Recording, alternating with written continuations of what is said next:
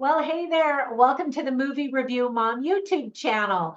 I'm the mom and I do the movie reviews. And if you're new to my channel, my goal is to give you the heads up on filmmaking quality and content so that you can decide whether or not you want to spend time or money or both sometimes watching a specific film. So today, the movie I'm reviewing is called Dream Scenario. This dark comedy is now playing in theaters and will soon be available on video on demand. The movie is rated R and it's an hour and 42 minutes.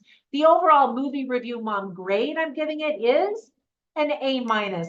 I thought it was really quirky and funny and interesting.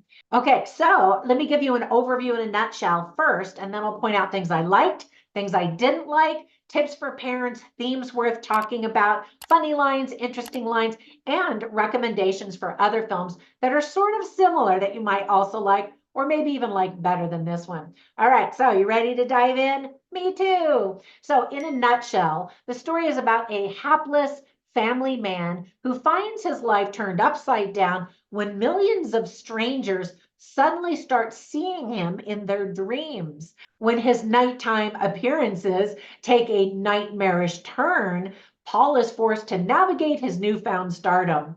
This movie is directed and written by Christopher Borgley. It's already been nominated for a couple of awards, so congrats to the team. So here's the list of things that I liked. Now, this is not a Christmas movie, but if you are going to be with a bunch of family or friends during the holidays coming up and they all happen to be Nicolas Cage fans, this is the movie you want to watch together because it is just crazy. I love that he's making such a positive comeback in his career. He took a professional nosedive there for a number of years, but he has had so many raving fans who think he's hilarious and awesome, so much so that his recent films have been hits. So here's another film that they're going to love. Some people say that this is his best performance ever. I don't know if I'd go that far, but he does do a really great job creating a character that you feel sorry for as he transforms from a self absorbed professor to a caged animal, pun intended. The entire cast does a really great job. It includes Julianne Nicholson, Michael Cera, Tim Meadows, Dylan Baker, and many more. There's talk of keeping a dream journal. So, have you ever done that?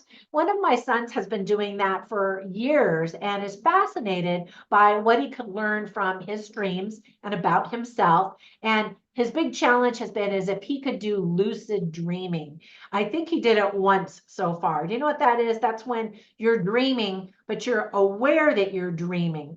And I've done that actually a few times myself. In true lucid dreaming, you can get up and wander around, and I haven't quite done that. But anyway, it's just kind of interesting. Comment down below what you think about dreams. Do they mean something? Are they random? I had somebody once explain that it's just your brain filing away things into like filing cabinets, at the end of the day. And then some people say, well, how does that explain the random people you haven't even thought of in 20 years showing up in your dreams? And I thought, well, I guess, when you're filing something in a filing cabinet in a folder, you can see things that have been filed before, and then it gets in your dream. I don't know. Let me know what you think. Back to the movie, though. The film does an excellent job of taking a satirical look at what we do to be appreciated and get recognition from others. The movie reminds us to not dream our life away, wishing for our life to be a certain way while we don't take action to make those dreams come true. There's a great line from another movie that I recently reviewed that is applicable to this movie's theme. The quote is, if you talk about something, it's a dream. If you envision it, it's a possibility. If you schedule it, it's reality. I love that. And that line comes from the movie called What Happens Later. It's a rom-com of sorts, written, directed, and starring the America's sweetheart herself, rom-coms, Meg Ryan. So check that one out. I also really loved the analogy of zebras in this movie and how their stripes are designed to help them blend in with each other in order to keep them safe. The professor is Nicolas Cage. He's a college professor, and he talks about how a lot of times animals have a camouflage to disappear in their background, but zebras are different. Their camouflage is to make it look like one giant herd so that they're not picked apart individually. I thought it was an interesting idea considering that so many people want to be unique and noticed and become, Instagram or TikTok stars or something like that. And so, fun fact, did you know that a group of zebras is called a dazzle? I thought that was kind of cute and also kind of random.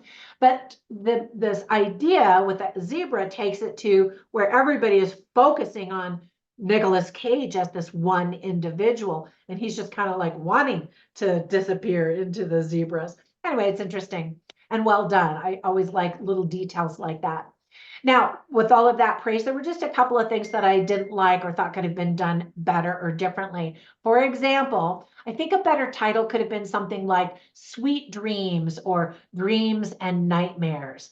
What do you think? Dream scenario, I guess it's descriptive, but it's not as catchy as I think it could have been. And I love titles with double entendres. Now, another thing is that Act 3 feels a bit uneven from Acts 1 and 2.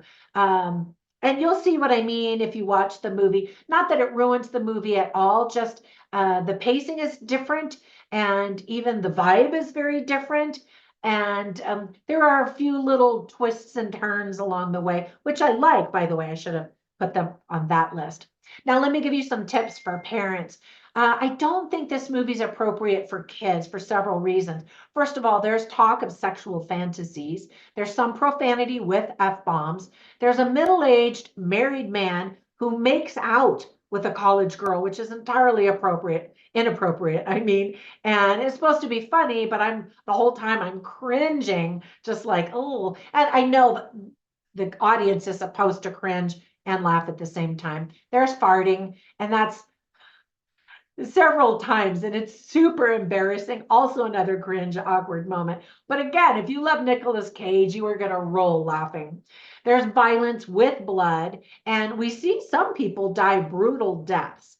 So there's that. Some of the themes that are worth talking about after you watch this with your friends or family are dreams and what you think is going on there. Wanting to feel and be important. The Mandela effect is mentioned in the movie, and that's always an interesting conversation. If you don't know what that is, look it up. Other themes are getting attention from others, trying to impress others with recognition, memes going viral, publicity, marriage, pop culture, and zeitgeist. You can look that one up too if you don't know what that is. Stardom and even exploitation. So whenever I watch movies, I write down the lines that I hear simply so I can share them with you so you can get a taste for the dialogue and the script writing quality. You can see all the funny lines and the interesting lines on my written review at moviereviewmom.com.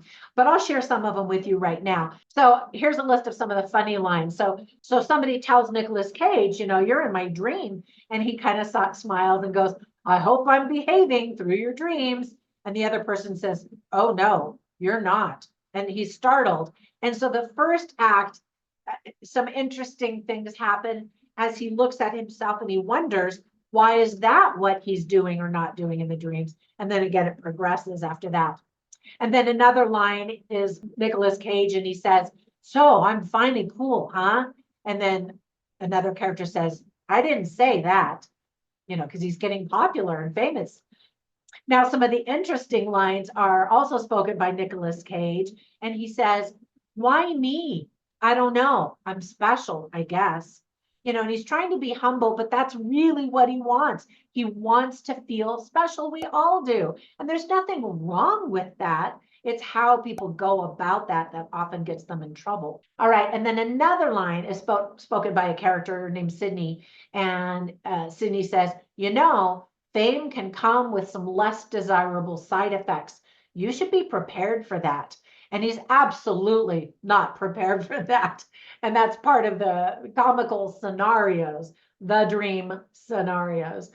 All right, so while I watched this movie, I instantly thought of some other films that I wanted to recommend them to you. The first one is a drama called The Mandela Effect, and you'll learn a lot more about that one, kind of creepy.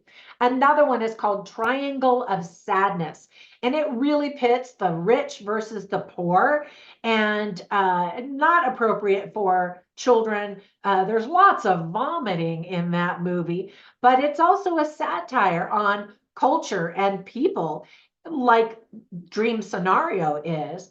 And then the last one is really interesting. Fantastic performance by Florence Pugh. I mean, when doesn't she give a fantastic performance? But it's called Don't Worry, Darling. And it's kind of a psychological thriller with some twists. You can see my reviews on the last two. I'll queue up Triangle of Sadness since that's the most recent and it's got more comedy, whereas Don't Worry, Darling is just kind of one that makes you go, huh? The whole time. It's not funny like a comedy is. All right, that's it. When you get a minute, run over to Instagram and you can find me as Movie Review Mom, but you can also find me as Trina Boice, which is my name. And you can learn about my books, especially when they're offered for free on Amazon. Snag those. And my online courses and other silly nonsense that I've got going on. Have a fantastic day, and I will catch you in the next one. Bye for now.